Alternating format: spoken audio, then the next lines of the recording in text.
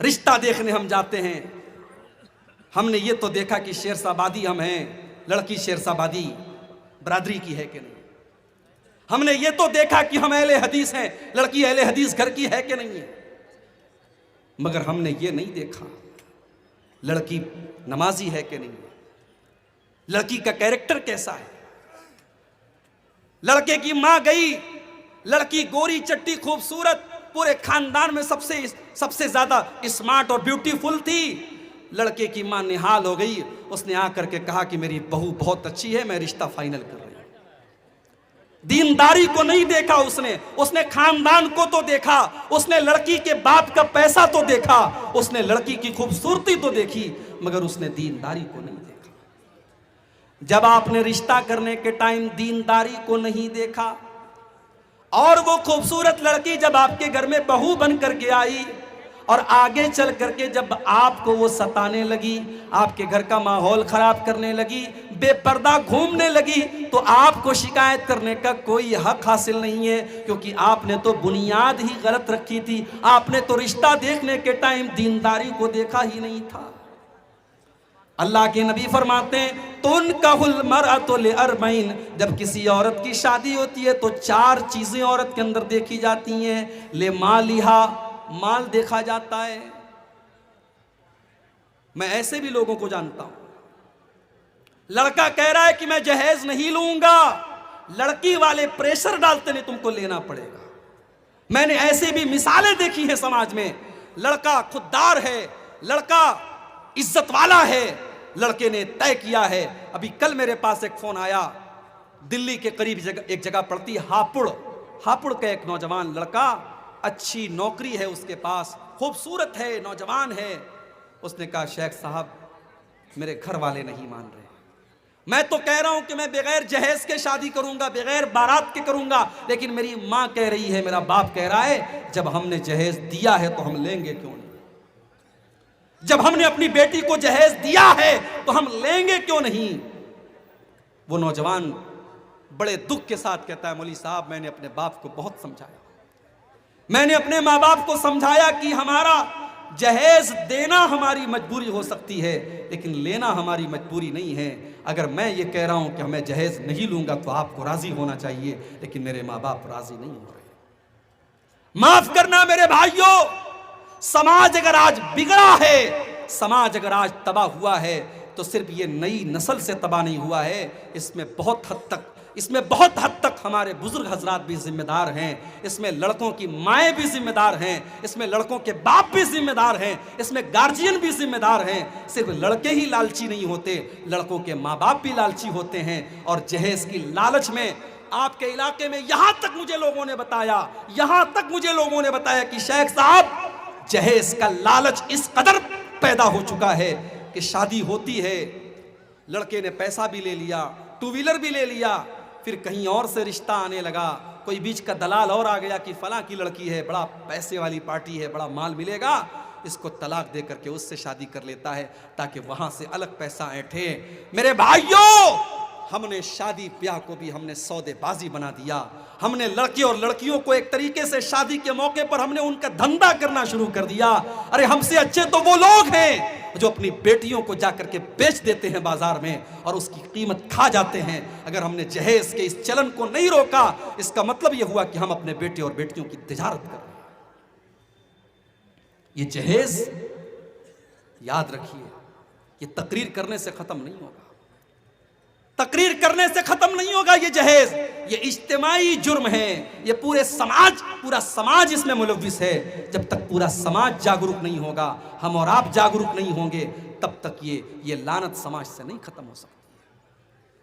आपके भारत के अंदर रोजाना 19 लड़कियों का मर्डर होता है जहेज की वजह से।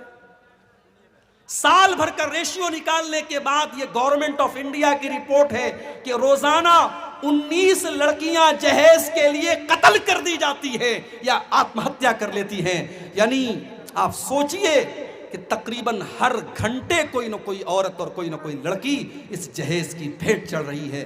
फिर भी हमारी आंखें नहीं खुल रही है मेरे भाइयों, और हम इस जहेज जैसी लानत को अपने समाज से खत्म नहीं कर रहे।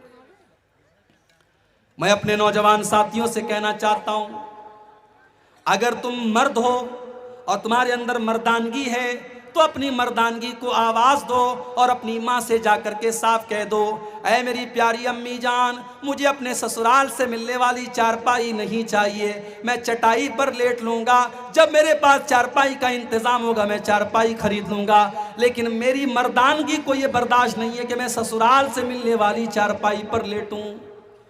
मैं छोटी मोटी अलमारी खरीद करके अपनी बीवी को दे दूंगा, लेकिन ससुराल से अलमारी के इंतजार में मैं नहीं रहूंगा। मैं अपनी ससुराल से मिलने वाली फ्रीज का ठंडा पानी नहीं पीऊंगा, मैं घड़े का पानी पी करके सब्र कर लूंगा। जब मेरे पास ताकत होगी मैं फ्रीज खरीद लूंगा, मगर मैं अपने ससुर की दी हुई रेफ्रिजरेटर और फ्रीज का इंतजार नहीं करूंगा। ये गैरत और खुददारी पैदा करो मेरे नौजवान साथियों। और अगर ये खुददारी और गैरत मर चुकी है तो मार्केट में जाओ और चूड़ी खरीद के 2-4 चूड़ियां तुम पहनो। अगर जहेज की ये हिर्स और लालच अगर आपके अंदर है तो याद रखो फिर आप मर्द नहीं हैं। इसलिए कि कुरान क्या कहता है, अर्रिजालु कव्वामूना अलन निसाई बिमा फज़्ज़लल्लाहु बाज़हुम अला बाज़। मर्द औरत के ऊपर हाकिम है। मर्द को अल्लाह ताला ने औरत के ऊपर हाकिम बनाया, कव्वाम बनाया, उसका गार्जियन बनाया। क्यों बनाया? क्योंकि मर्द खर्च करता है, मर्द बीवी का खर्च उठाता है। जिस मर्द को ये इंतजार हो कि मेरी बीवी 5 लाख रुपया लाएगी तब मैं शादी करूंगा, तो वो मर्द कहाँ है? उसको तो चूड़ी पहन लेना चाहिए, क्योंकि कुरान कह रहा है कि मर्द तो वो है जो अपनी बीवी का खर्चा उठाए, जो अपनी बीवी को खिलाए और पिलाए। और इसीलिए अल्लाह ने मर्द को औरत के ऊपर हाकिम बनाया है। अल्लाह ने मर्द को औरत से ज्यादा ताकतवर बनाया है। वह बिमा अनफकू मिन अमवालिहिम, और अल्लाह ने मर्द को हुक्म दिया है कि तू अपनी बीवी के ऊपर खर्च कर, अपनी बीवी के कपड़े का, उसके खाने का, उसके रहने का तो इंतजाम कर। हमारे यहाँ शादी होती है, लोग सवाल करते हैं लड़के से, क्या क्या तुझे मिला जहेज में? ये पूछते हैं ना, क्या क्या तुझे मिला, कितना कैश मिला, 2 व्हीलर मिली कि 4 व्हीलर मिली, फ्रिज कितने लीटर वाली मिली, अलमारी कैसी मिली, मसेरी कैसे मिली। हम लड़कों से सवाल करते हैं। आइए जरा नबी के दौर में चलते हैं।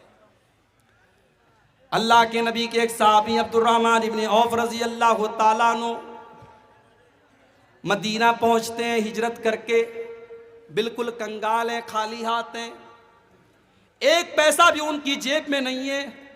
अल्लाह के नबी अपने सहाबा का भाईचारा करते हैं। मक्का के मुहाजिरों का मदीना के अंसारियों के साथ आप भाईचारा करते हैं। हम तो अपने सगे भाई की जायदाद और उसकी प्रॉपर्टी पर कब्जा करना चाहते हैं। एक एक फुट जमीन के लिए, एक एक इंच जमीन के लिए भाई भाई में मुकदमा चलता है हमारे यहाँ। अल्लाह के प्यारे नबी सल्लल्लाहु अलैहि वसल्लम ने मदीना के अंसारियों और मक्का के मुहाजिरों का भाईचारा किया। कोई रिश्ता नहीं था, लेकिन जब नबी ने एक आवाज़ में कह दिया कि ये तुम्हारा भाई है, अपने सगे भाई से बढ़ करके उन्होंने अपने मुहाजिर भाई को उसका हक दिया। ये मिसाल कायम की सहाबा। हजरत अब्दुर्रहमान इब्न औफ का भाईचारा अल्लाह के नबी ने साद इब्न रबी के साथ कराया। साद इब्न रबी आते हैं, अय अब्दुर्रहमान मेरे प्यारे भाई, ये मेरा माल है, ये मेरी प्रॉपर्टी है, मेरा खजूरों का बाग है। अय अब्दुर्रहमान आ जाओ, अक़सिमु लका निस्फ़ैन, मैं अपने माल के 2 हिस्से कर देता हूँ, आधा तुम्हें दे देता हूँ, आधा मैं ले लेता हूँ। अय अब्दुर्रहमान, तुम इस शहर में नए आए हो, तुम्हारी शादी होना भी मुश्किल है, तुम्हें रिश्ता मिलना भी मुश्किल है, तुम्हारे पास रुपया पैसा का इंतजाम नहीं है। अय अब्दुर्रहमान, मेरी 4 बीवियां हैं, तुम किसी बीवी को देख लो, अगर वो तुम्हें पसंद आ जाए मैं तलाक दे देता हूँ, इद्दत गुजारने के बाद मेरी बीवी तुमसे निकाह कर लेगी, तुम्हारा घर भी बस जाएगा, मैं घर भी दे देता हूँ, जमीन जायदाद भी दे देता हूँ, प्रॉपर्टी भी दे देता हूँ, और मैं तुम्हारी शादी का इंतजाम भी कर देता हूँ।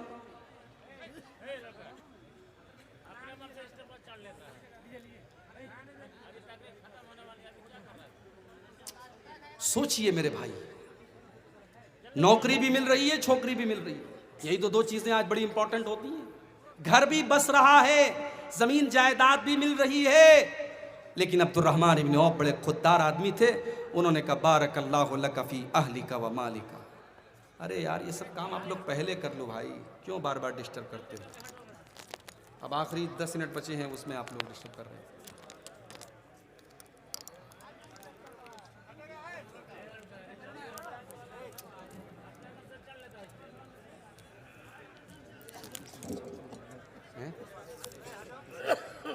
रहे हैं जी, हट रहे हैं। अरे आज हो गया 10% तो आ रही है।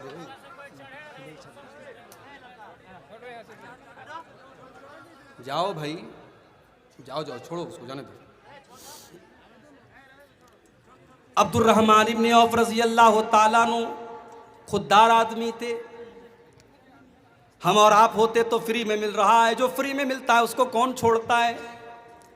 अब्दुर्रहमान इब्न औफ कहते हैं कि मेरे भाई, अल्लाह तेरे माल में बरकत दे, तेरे परिवार में बरकत दे। मुझे तेरी बीवी से शादी नहीं करना, मुझे तेरा घर मकान नहीं चाहिए, मुझे तेरा माल नहीं चाहिए। मैं खुददार आदमी हूँ, मैं बिजनेसमैन आदमी हूँ, मुझे तुम बिजनेस करने का रास्ता बताओ, मुझे बाजार का रास्ता बताओ, मार्केट का पता बताओ मुझे। मार्केट का पता बताया गया। अब्दुर्रहमान इब्न औफ रज़ी अल्लाह ताला अन्हु ने पनीर का और घी का कारोबार शुरू किया और कुछ ही दिनों में अल्लाह ने इतनी बरकत दी कि अब्दुर्रहमान इब्न औफ ने बहुत पैसा कमाया और शादी भी कर ली। एक दिन अल्लाह के नबी से मुलाकात हुई। अल्लाह के नबी सल्लल्लाहु अलैहि वसल्लम ने देखा उनके कपड़े पर जर्दी लगी है। उस ज़माने में औरतें खुशबू लगाती थी शादी के मौके पर, जो जर्द रंग की होती थी। अल्लाह के नबी समझ गए कि अब्दुर्रहमान ने शादी की है। अच्छा, शादी कर ली, नबी को इन्वाइट नहीं किया। हमारे यहाँ अगर आप शादी कर लें और मौलवी साहब को, मस्जिद के इमाम साहब को ना बुलाएं तो इमाम साहब आपके खिलाफ जुमा पढ़ा देंगे पूरा, ये हम कुछ को बुलाए नहीं शादी में। शादी कर ली, अल्लाह के नबी को पता भी नहीं चला। आपने पूछा कि शादी किए हो क्या? हाँ अल्लाह के नबी, मैंने शादी किया। नबी ने अगला सवाल किया, कम सुक्ता। गौर करो, अल्लाह के नबी ने यह नहीं पूछा कि अब्दुर्रहमान तुमको जहेज में क्या क्या मिला। आपने पूछा कम सुक्ता, तुमने अपनी बीवी को मेहर में क्या दिया, मेहर में तुमने क्या दिया। कहा अल्लाह के नबी, ज़िनता नवातिम मिन ज़ाबिन, मैंने सोने की खजूर की गुठली के बराबर मैंने सोना अपनी बीवी को दिया है। अल्लाह के नबी समझ गए कि अब्दुर्रहमान ने पैसा कमाया है। आपने फरमाया औलिम वलो बिशातिन, अय अब्दुर्रहमान तुम जल्दी से वलीमा करके हमको दावत खिलाओ। अगर बकरी का वलीमा कर सकते हो तो बकरी का वलीमा कर लो। हमारे यहाँ वलीमा में भी बड़ी फजूल खर्ची होती है। जो बड़े बड़े करोड़पति लोग हैं, पूरे इलाके के बड़े बड़े चौधरी और बड़े बड़े प्रधान और बड़े बड़े नेताओं को बुलाते हैं, उनके पड़ोस में गरीब आदमी है, उस गरीब को वो नहीं बुलाते हैं, और पूरे गांव के बड़े बड़े करोड़पतियों को बुलाते हैं। मेरे प्यारे भाइयों, अल्लाह के नबी ने उसको सबसे बुरा वलीमा कहा है। शर्रु ताम तामुल वलीमा, अल्लाह के नबी फरमाते हैं सबसे बुरा खाना उस वलीमा का खाना है जहां गरीबों को छोड़ दिया जाए और अमीरों को बुलाया जाए। अगर आपके रिश्तेदारों में, आपके खानदान में, आपके अड़ोस पड़ोस में अगर गरीब लोग भी हैं तो आप जब वलीमा की दावत करें तो उनको खिलाएं और एक हिसाब से आप वलीमा करें। ज़रूरी नहीं है कि आप, अभी मैं कश्मीर गया था पिछले साल, कश्मीर में लोगों ने मुझे बताया कि शादी के मौके पर 17 टाइप के 18 टाइप के वहाँ शादी के मौके पर गोश्त बनते हैं। 18 तरीके के अलग अलग। आपके तो सीमांचल में तो गोश्त का मतलब सिर्फ गोश्त होता है, उसमें मिर्चा डाल दिया, मसाला डाल दिया, तेल डाल दिया, ढेर सारा झोल डाल दिया, हो गया गोश्त हो गया। हमारे यहाँ तो कीमा नहीं है, कबाब नहीं है, कोफ्ता नहीं है, लेकिन कश्मीर में 18 टाइप के गोश्त बनते हैं। हैदराबाद में कम से कम 5 तरीके की बिरयानी होती है, 10 तरीके का सालन होता है। गरीब आदमी बेचारा वो इस रस्मों रिवाज के बंधन में बंध जाता है। मेरे प्यारे साथियों, इन रस्म रिवाज से अपनी गर्दनों को आजाद करो, अपने आप को आजाद करो। हमारे नबी हमको रस्म रिवाज के बंधनों से आजाद करने के लिए आए थे। अल्लाह ने कुरान में सूरह आराफ की आयत नंबर 157 में फरमाया, अल्लज़ीना यत्तबिऊन रसूलन नबिय्यल उम्मिय्यल्लज़ी यजिदूनहु मक्तूबन इंदहुम फित तौराति वल इंजील। मेरे नबी का तज़किरा तुमको तौरात में भी मिलेगा, तुमको इंजील में भी मिलेगा, तुमको तमाम आसमानी किताबों में मिलेगा। यामुरुहुम बिल मारूफ, मेरा नबी तुमको नेकियों का हुक्म देता है। व यनहाहुम अनिल मुनकर, तुमको बुराइयों से रोकता है। व युहिल्लु लहुमुत तय्यिबात, मेरा नबी पाकीज़ा चीज़ों को तुम्हारे लिए हलाल करता है। व युहर्रिमु अलैहिमुल खबाइस, और नापाक चीज़ों को तुम्हारे लिए हराम करता है। व यज़उ अन्हुम इसरहुम व लती कानत अलैहिम, और मेरा नबी तुमको रस्मों रिवाज के बंधनों से मुक्त करता है, आजाद करता है। अल्लाह के नबी हमें रस्मों रिवाज के बंधनों से आजाद करने के लिए आए।